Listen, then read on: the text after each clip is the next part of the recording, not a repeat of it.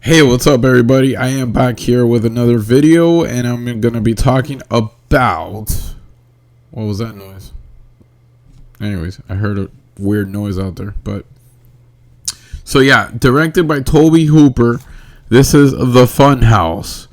This movie is fucking pretty good, man. I mean, I really liked it. It was fun. I'm a huge fan of Carnival Fair movies.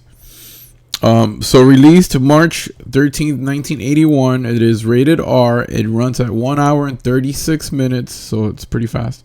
It's also known as Carnival of Terror, and it was filmed in my hometown, Miami, Florida, Miami-Dade County. It was filmed Miami, Florida. Released by Universal Pictures, and it had a budget of $3 million, and the box office hit 7.8 million. So it was a pretty good, a pretty good investment to make the movie. It sold pretty well. It wasn't a huge blockbuster, but it sold pretty decent. It made, double the amount that they spent. So that was a pretty one. What can I tell you? Directed by Toby Hooper, the genius. Directed Texas Chainsaw Massacre, directed Eaten Alive, directed Salem's Lot, and directed the Poltergeist. And he's done a lot of TV movies throughout his life. He was a real genius, a true master, a true pioneer in directing horror films. I really like Toby Hooper. I think he was really, really good. Just sucks that he's no longer with us. He passed away when he was only about, I think it was 74. He was 74 years old when he died, and that's a real bummer because he was a pretty good horror director.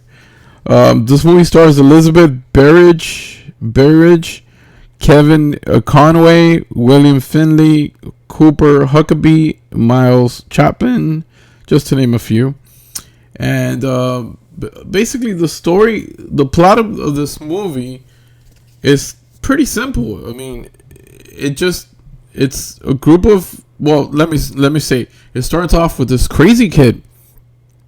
So the sister's showering. She's showering in the bath. She's there in the bathroom showering, and all of a sudden this kid puts on a mask and gets a knife, and we're all thinking that this is gonna be the killer. Because he has a knife and the mask. He puts it on. The camera goes into the mask, and you could see like the two eyes walking around, and walking towards the girl's bathroom. Which, by the way, she's completely naked. You can see her tits and everything. So the kid walks into the bathroom with this knife, ready to stab her.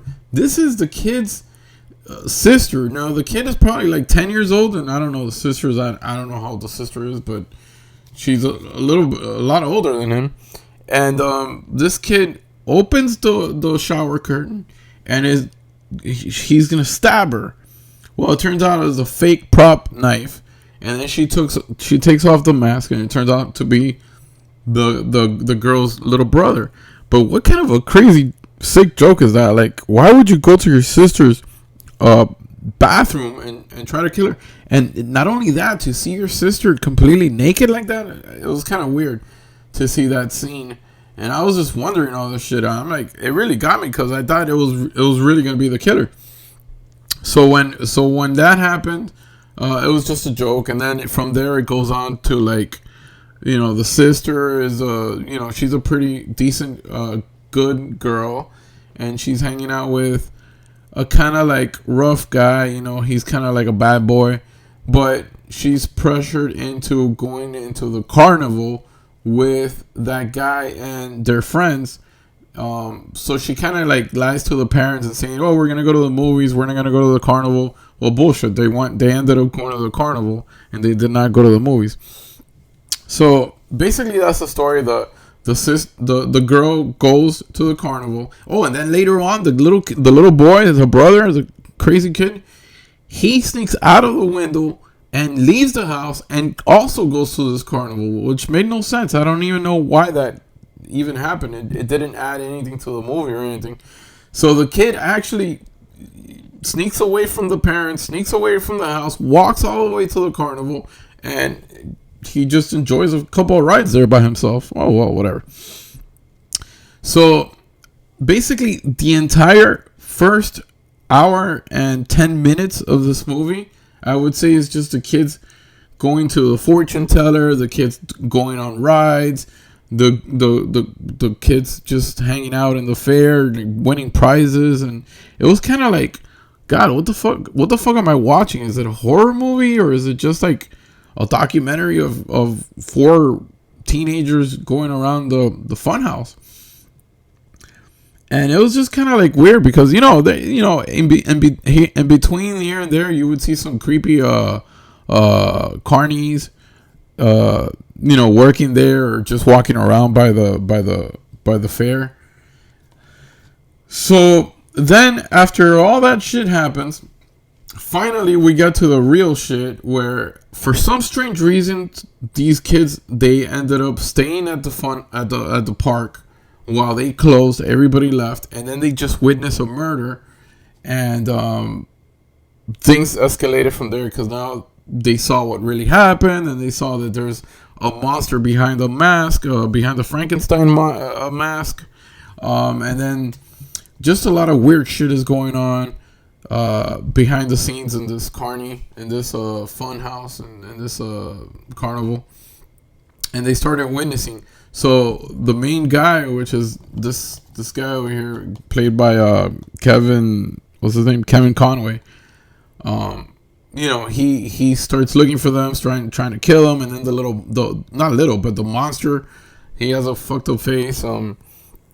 He also goes around trying to kill the group of teenagers, and finally shit starts picking up after an hour and 10 minutes. So the last 20 minutes of the movie were definitely horror, and there's a lot of horror elements, a lot of running around, a lot of I'm gonna get you, I'm gonna kill you, I'm gonna stab you, all that crazy shit going on the last 20 minutes of the film.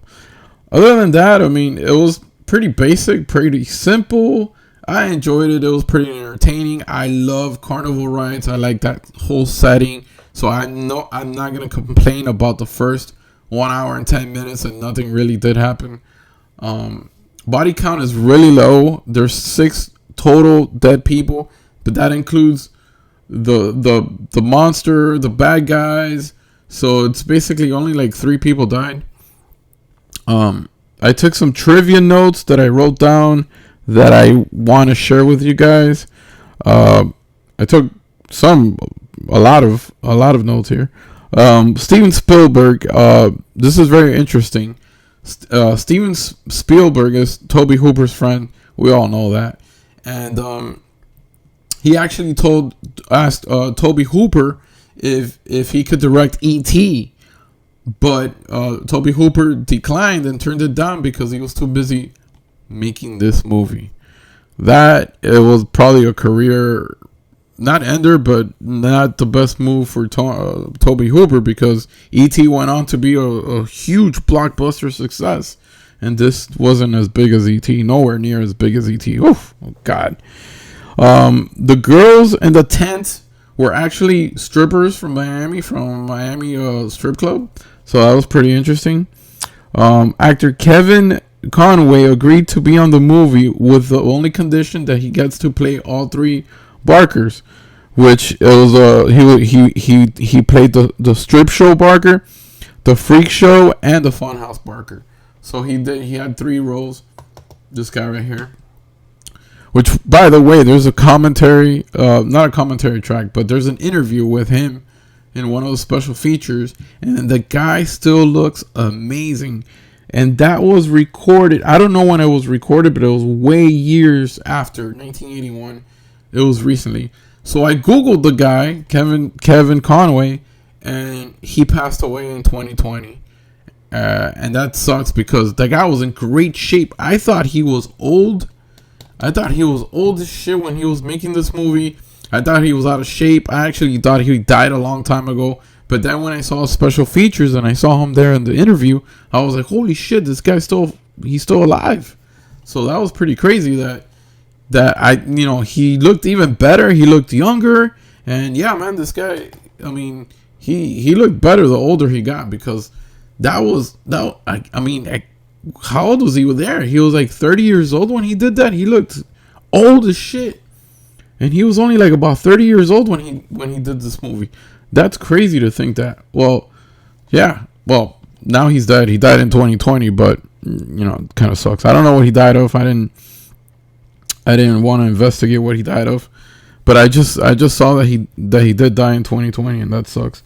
Okay, so it was also said that during the filming of this movie, Tobe Hooper would drink an average of 12 Coca-Cola cans per day.